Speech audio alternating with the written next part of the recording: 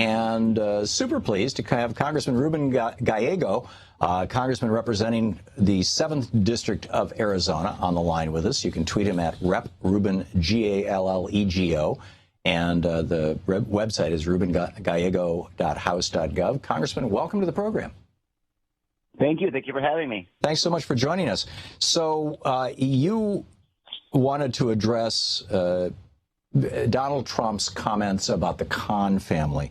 What is your specific personal interest in this?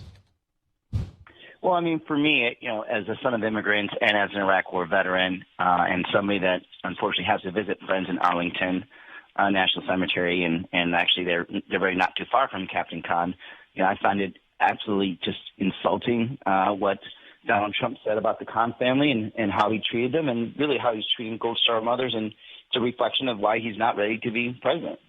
Yeah, the president of the United States, President Obama, just said that. He just said he's unfit to be president. I think he's in Singapore, or the Prime Minister of Singapore is visiting here, one or the other. But in any case, he was with the Prime Minister of Singapore. And, there's a kind of a growing thought that this guy, actually many Republicans are saying it, that he's not fit to serve. Why do you think it is that Paul Ryan and Mitch McConnell have endorsed and continue to hold up their endorsements of Donald Trump?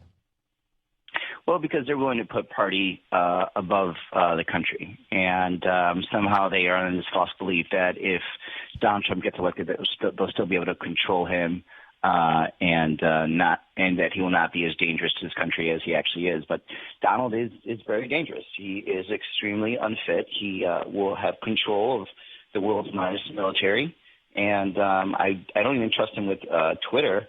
I can't imagine him being able to call shots and decide who is going to be bombed and who's not.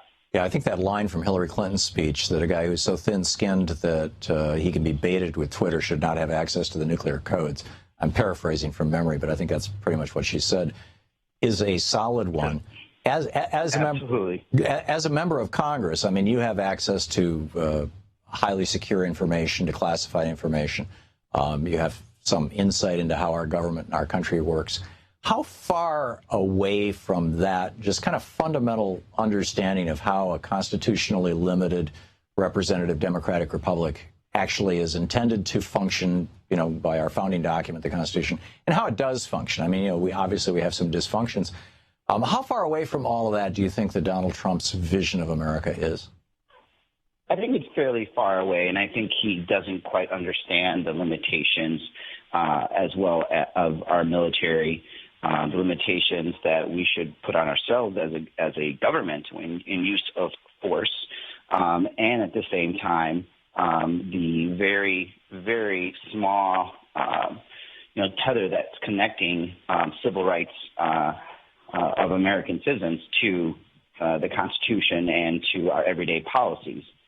This is why he flippantly can, spout off things like he wants to be able to sue reporters. He wants to be able to arrest certain people. He wants to have religious tests. These are the things that show that he is extremely ignorant of the Constitution and of basic human rights.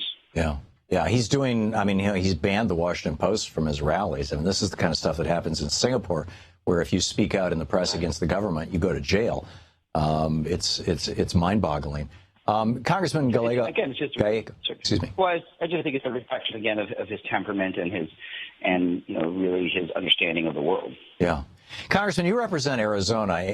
One of your senators is John McCain.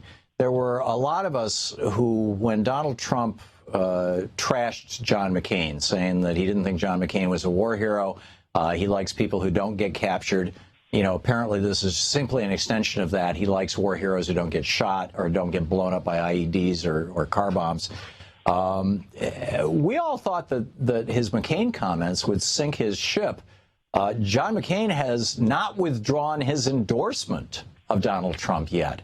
Number one, what do we make of that? And number two, what does this mean that in the United States, the representative of a major political party can basically trash members and parents of members of our military. I mean, is he pushing for, an entirely privatized military? We should just do away with the Army and hire Blackwater, just put the billionaires in charge? Or is he just a wackadoodle or something? I mean, it just, crazy. I don't get it. And and more importantly, what I don't get is why this has not just taken him down.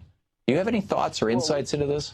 Well, I think the one important thing to remember is that the McCain comment was done in the Republican primary, and the Republican primary voter has been trained for many years to just become callous to almost everything. They've been trained by Fox News, been trained by all these conservative media organizations, and you're now seeing the fruition of it 10, 20 years later. And it also didn't help that John McCain didn't stand up for himself. He didn't unendorse Donald Trump. He's still endorsing him even to this day and still wants to see him as president. And, if he's not willing to fight for himself, it's very difficult, I think, for other voters to use that against Trump. Although I think it's important that we still do that because John McCain served honorably and so did a lot of POWs. And that kind of talk should never, ever be allowed. And now whether it's bringing him down or not, well, we won't know until the election. Right. But what we have seen is universal outrage happening across the aisle. Some tepid outrage from the Republicans who are not mentioning Trump by name, just denouncing his words, but still endorsing him. But also just across the board, even nonpartisan veteran organizations that are coming out and just clearly saying that this is unacceptable. And when those organizations are getting involved in political elections, making sure people recognize what is acceptable rhetoric and what's not, things aren't going well. And I think this was the turning point. I think this has basically wounded Donald Trump, and I think it will be very difficult for him to recover from these exchanges of the last 5 days. Yeah. Yesterday, Paul Ryan spoke at the Koch brothers semi-annual event to a group of 400 billionaires who applauded him enthusiastically and in fact, gave him a standing ovation.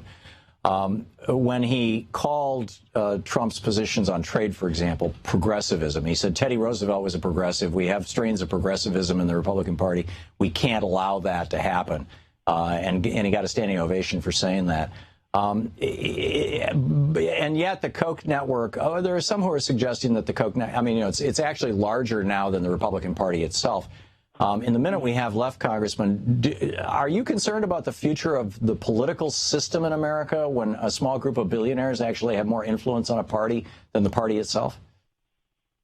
Well, absolutely. I think it's dangerous, no matter what party you are, to have a small section of the population be able to control the policy and platforms of a party and not being truly reflective of the need of the population, whether they're Democrats, Republicans, Greens, or Labor. That's just you're going down the road into an oligarchy.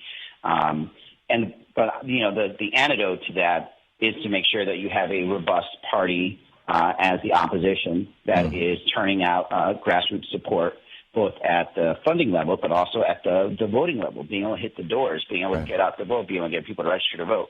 And that's the only way we're going to be able to really stop the Koch brothers, partnership and alliance with the Republican Party.